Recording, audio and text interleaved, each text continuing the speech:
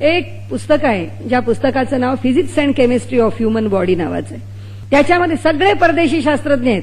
दुर्दैवाने आमच्या देशामध्ये मंत्रशास्त्र आहे, आमच्या देशामध्ये योगशास्त्र आहे, पण त्या शास्त्राचं महत्व जाणण्याकरता आम्ही नाही प्रयोग केले, परदेशी लोकांनी अधिक प्रयोग केले. त्यामध्ये एक शास्त्रज्ञ, हा जो physics and chemistry of human body नावाचं पुस्तक ज्यांनी लिहिलंय, तो शास्त्रज्ञ असं म्हणतो की मला दिवसातले फक्त तुमची 5 मिनिटं द्या. हे सबंध जग जर आरोग्य संपन्न करायचं असेल आणि मानसिक रित्या ज्या प्रकारे मनुष्य आज जगभर पछाडला गेलेला आहे, त्या सगळ्या मानसिक दौर्बल्यातून त्याला बाहेर काढायचं असेल तर तो शास्त्रज्ञ म्हणतो मला 5 मिनिटं द्या. त्यांनी हिशोब काय मांडलाय आपल्याला सांगते. तो असं सांगतो की एका सेकंदाला माणसाच्या रक्तापासून सुरुवात करा म्हणतो तो, की माणसाच्या रक्तामध्ये असणाऱ्या ज्या पेशी आहेत त्या पेशींचा तो विचार तिथून मांडायला सुरुवात करतो. तो म्हणतो की रक्तामध्ये जो चयापचय म्हणजे शरीरात ज्याला आपण बॉडी मेटाबॉलिझम म्हणतो, त्याच्यामध्ये झीज आणि भर ही होत असते. प्रत्येक क्षणाला पेशी मरत असतात, प्रत्येक क्षणाला पेशी जन्माला येत असतात.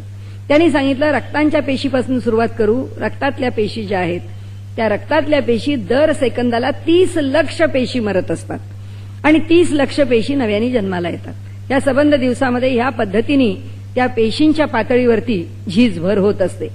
तर त्याचं म्हणणं असं आहे की एका सेकंदाला 30 लक्ष, एका मिनिटाला 18 कोटी आणि 5 मिनिटांना 90 कोटी पेशी नव्याने जन्माला येतात. मनामध्ये म्हणतो दुसरा कोणताही विचार आणू नका, दुसऱ्या कशाचाही विचार करू नका. 5 मिनिटं तुम्हाला जिथे बसायला आवडेल तिथे बसा आणि 5 मिनिटं तुम्ही देवाचं नाव घ्या, प्रार्थना करा आणि ती 5 मिनिटांची प्रार्थना अंतःकरणापासून करा. त्याचा दावा सांगतेय कोणी भारतीय मनुष्य, कोणी परंपरावादी, कोणी अंधश्रद्धावादी, कोणीही सनातनी तुम्हाला सांगत नाही. एक शास्त्रज्ञ सांगतो, तो असं म्हणतो की त्या 5 मिनिटामध्ये प्रार्थनेच्या काळामध्ये ज्या 18 कोटी गुणिले 5 म्हणजे 90 कोटी पेशी ज्या नव्याने जन्माला येतात, त्या पहिल्या पेशींच्या पेक्षा अधिक सबल आणि अधिक सतेज पेशी जन्माला येतात. तो आणि त्यांनी 6 महिन्याचा काळ घेऊन असं सांगितलंय की 6 महिने 5 मिनिटं न चुकता जर तुम्ही मंत्राचं स्मरण केलं, कुठलाही एक मंत्र, आपण आपला म्हणून मंत्र म्हणा, आपण आपला म्हणून जप म्हणा, आपण आपलं म्हणून स्तोत्र म्हणा, 5 मिनिटं तो म्हणतो मला द्या. त्या 5 मिनिटामध्ये निर्माण होणाऱ्या ज्या नवीन पेशी आहेत त्या पेशी अधिक सबल सतेज आहेत आणि त्याचा परिणाम तुम्हाला 6 महिन्यानंतर अनुभवाला आल्याशिवाय राहणार नाही. तुम्ही जर सातत्याने स्मरण 5 मिनिटं करत राहिलात तर 7 वर्षाच्या शेवटी तुमच्या शरीरामध्ये असणाऱ्या आधीव्याधी सगळ्या दूर झाल्याशिवाय राहणार नाहीत. हा त्याचा दावा आहे. मंत्राची पहिली शक्ती ही प्रामाण्य शक्ती आहे की तुम्ही एका मंत्राला प्रमाण मानलं की बस आमचा मंत्र कोणता, श्रीराम जयराम जय जयराम, हा 13 मंत्र हा मला प्रमाण आहे, कारण माझं आराध्य दैवत प्रभू रामचंद्र आहेत. तर ते जर आम्ही एकदा प्रमाणभूत मानलं आणि त्या मंत्राचा जर आम्ही जप सुरू केला तर ते म्हणाले त्या मंत्राला एकदा तुम्ही प्रमाण मानलं की पुन्हा 10 मंत्रांचा उच्चार करत बसण्याची तुम्हाला जरूर नाही. मंत्रशास्त्र असं सांगतं की जे केलं आहे त्याचं फळ मिळत नाही, या जगामध्ये ती रीतच नाही. या जगाचा नियमच आहे तो की जे केलं आहे त्याचं फळ मिळणारच. म्हणून तर भारतीय परंपरेमध्ये या धर्माचं, वैदिक परंपरेचं वैशिष्ट्य काही असेल तर तो आमचा कर्मविपाकाचा सिद्धांत आहे की जे कर्म करतो ते कर्म, त्या कर्माचं फळ आणि त्या फळापासून निर्माण होणारा संस्कार आणि त्या संस्कारातून पुन्हा कर्म, ही जी सगळी चक्र आहेत त्याच्यामधून त्या कर्माचं फळ भोगल्याशिवाय सुटका नाहीच. या जगामध्ये केलेल्या प्रत्येक कर्माला फळ आहेच. तसं मंत्रशास्त्र म्हणतं की जपलेल्या प्रत्येक मंत्राचं फळ अनुभवायला येईलच. कसं येईल?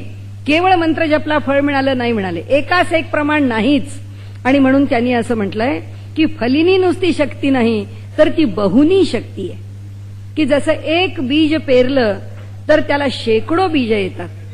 एक ज्वारीचा दाणा पेरला तर त्या कणसामध्ये 500 तरी दाणे असतात ज्वारीचे. तसं आहे म्हणाले की एक मंत्र स्वीकारला, मंत्र किती उच्चारला त्याच्यापेक्षा त्या मंत्राचं फल किती मिळालं. कारण ईश्वराच्या राज्यामधला न्यायच आहे हा की तो फलिनी आणि बहुनी आहे. नुसता फल नाही देत, तो अधिक फल देतो. आणि त्याच्या पुढचा जो न्याय आहे किंवा त्याच्या मंत्राचं जे अधिक फल आहे ते आणखीन त्यांनी सांगितलंय की त्याची चौथी शक्ती ही अंतर्ग्राही शक्ती आहे. अंतर्ग्राही शक्ती म्हणजे मंत्र एक ठरवला, जागा एक ठरवली आणि वेळ एक ठरवली आणि तिथे बसून त्या मंत्राचं तेवढं ठरवलेलं संख्येमध्ये जर अनुष्ठान केलं तर तो मंत्र, ती व्यक्ती आणि ते स्थान या तिघांनाही सामर्थ्य प्राप्त होतं. आणि अशा प्रकारे त्याचं एक स्पष्टीकरण श्रीधर स्वामींनी आपल्या आर्य संस्कृती पुस्तकात फार छान दिलं. त्यांनी सांगितलं या 33 कोटी देवता म्हणजे काय. म्हणाले आमच्या भारत देशामध्ये निरनिराळ्या स्थानावरती तपाचरण करून ऋषीमुनींनी एवढी स्थानं ही सामर्थ्य संपन्न करून ठेवलेली. म्हणून 33 कोटी देवता कशाला म्हणाले, मर्यादित कशाला करता. स्थानावरती सामर्थ्य प्रकट आहे. आणि ते मंत्रशास्त्राचं सामर्थ्य सांगताना असं म्हटलंय की फलिनी शक्ती, अंतर्ग्राही शक्ती, बहुनी शक्ती, प्रामाण्य शक्ती या रूपामध्ये मंत्र प्रकट होतात. मंत्राचे प्रकार केलेत आपल्याकडे. 1 ते 10 अक्षरापर्यंतचे जे मंत्र आहेत की ते बीज मंत्र आहेत. 10 ते 20 अक्षरापर्यंतचे मंत्र हे कर्तरी मंत्र आहेत आणि 20च्या पुढचे अक्षर असणारे मंत्र जे आहेत ते माला मंत्र आहेत. आणि त्याला मर्यादा नाही. दासबोध हा सुद्धा मंत्र, पूर्ण ज्ञानेश्वरी हा सुद्धा मंत्र, पूर्ण एकनाथी भागवत हा मंत्र, पूर्ण गाथा मंत्र. त्यामुळे काय ते सगळे माला मंत्र आहेत की मोठमोठे ग्रंथ हे मंत्रमय आहेत. कारण त्याच्या मागे त्या संतांची संचित मनशक्ती उभी आहे. त्यांचं सामर्थ्य त्या ग्रंथांच्या मागे उभं आहे.